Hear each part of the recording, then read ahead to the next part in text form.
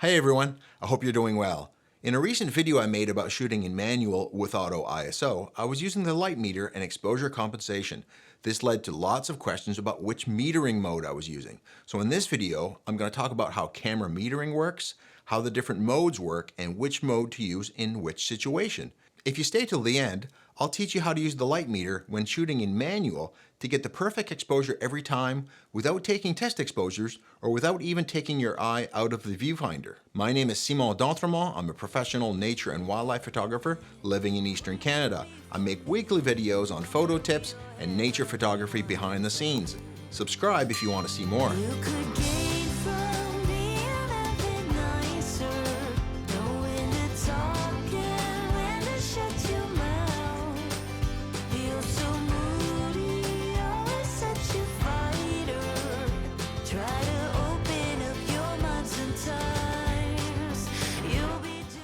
So before getting into metering modes, we need to understand what a light meter is in your camera and how it works. The job of the light meter is to measure the amount of reflected light in the scene to decide whether or not your photos need to be brighter or darker.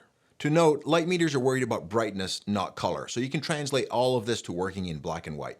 When shooting in manual, the light meter only shows what the exposure looks like to the camera without changing any settings. In any automatic modes, the camera uses the light meter to decide whether or not the image needs to be brighter or darker and changes either the shutter speed, aperture, or ISO to change the exposure of the photo. Camera manufacturers have decided on an ideal brightness for your photos, and that's what's called medium gray or 18% gray. That is a gray that reflects 18% of light. If your scene is darker than medium gray, the camera will brighten the exposure until it hits that medium gray level. If your exposure is brighter than medium gray, it will darken your exposure to again hit that medium gray level. I can show you this by taking two exposures, one of something in my office here that's white, and another of something that's in black, using aperture priority that allows the camera to change the exposure to make sure it's appropriate. The white subject, and realize it's too bright, will try to darken it to medium gray. On the other hand, when the camera looks at a very dark subject, almost black, it will lighten the exposure. If I compare the two exposures on the screen at the same time, you'll see they come out at the same medium gray exposure. Different metering modes exist because the camera is asking you, the operator, which part of the scene do you want me to measure the light from before deciding on the exposure? The whole scene, just the center, the subject, the parts in focus. That's what metering modes are all about. Right before we get into metering modes, let's look at the light meter. The light meter is a representation of the camera's view of the exposure of the photo.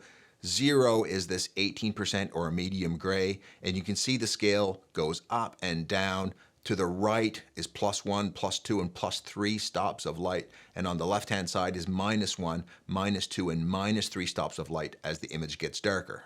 So now that we understand the basics of metering and how the light meter scale works, let's look at different metering modes. Now, different brands will use different names for some of these, but most brands share very similar metering styles. So number one, most cameras have a matrix or evaluative mode. This is often the default on most cameras. It looks at the whole scene, but tries to decide what might be the subject, what parts are in focus, and uses analytics to try to establish what might be the best exposure given the whole scene. But if you have more complex scenarios than this mode may not work well for you. Let's look at some of the others.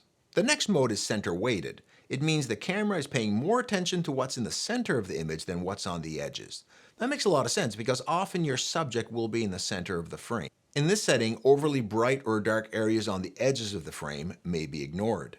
The next mode is partial metering. Partial metering does not use the whole frame, but uses a small center section, maybe 10% of the frame, to decide what the exposure is. This may be accompanied by a circle around the area that's being considered by the camera to decide the exposure. Where you place this circle will decide what the exposure will be. In this scenario, if I move the circle around the frame, you'll see that the exposure changes based on the brightness or darkness of what's inside the circle. Finally, there's spot metering, a very small area of 2 to 5% of the frame that the camera uses to determine the exposure. Note that it's not a spot like a center point in autofocus. It's a bit bigger than that. In some cameras, it uses the center of the frame for the spot. In other cameras, it follows around where the focus point is being placed. Spot metering can be very useful if you can place the spot confidently on your subject and the subject is the same brightness or darkness as the overall scene. Spot metering can be very powerful and useful, But consider some of the challenges. If you're trying to take a photograph of a zebra, when you place your spot on a white part of the zebra versus a black part of the zebra, you'll get a different exposure. For example, on my owl friend here, if I place the spot on either the background, a light part of the owl, or dark part of the owl, I'll get a different exposure every time. So while spot metering can be very helpful, it's also maybe the trickiest to use. So let's look at which one to use in what scenario. First, you need to ask yourself a question.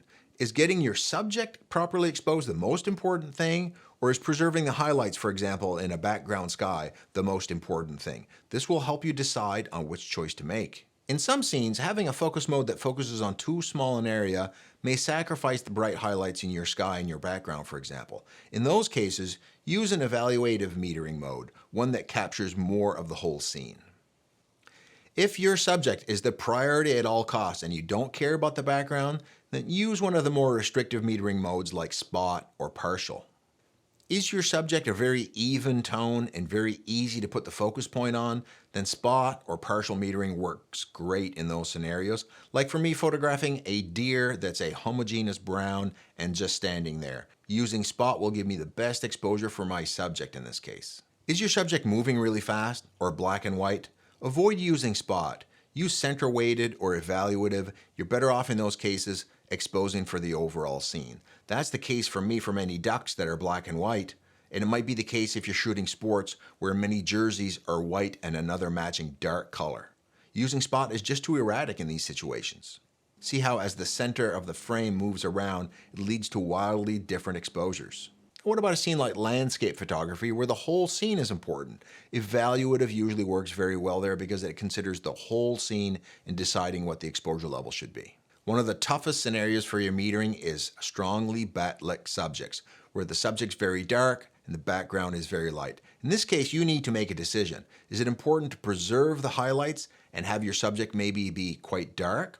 Or are you okay with properly exposing your subject and blowing out the highlights? If preserving the highlights of the background is what's more important, use evaluative.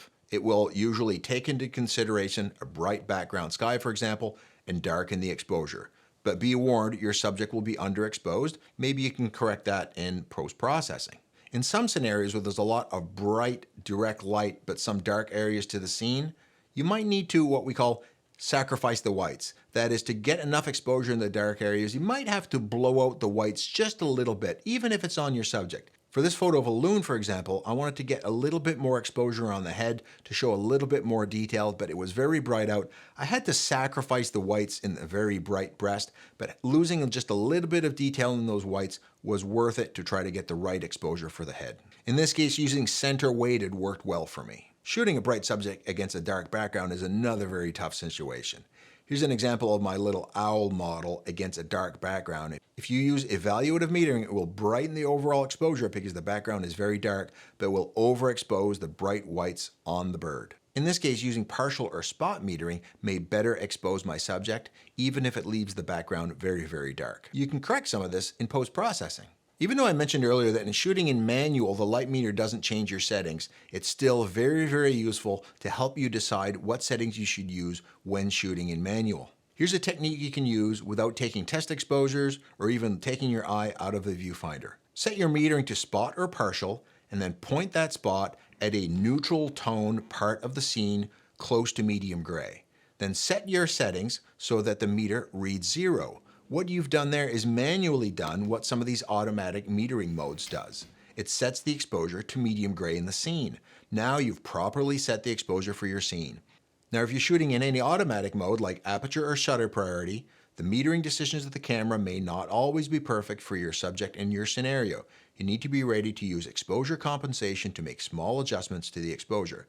You can learn how to do this by watching my video on shooting in manual with auto ISO. I'll put a link to it right here. I hope you guys go out, take great photos. Your very next time you go out, go get them.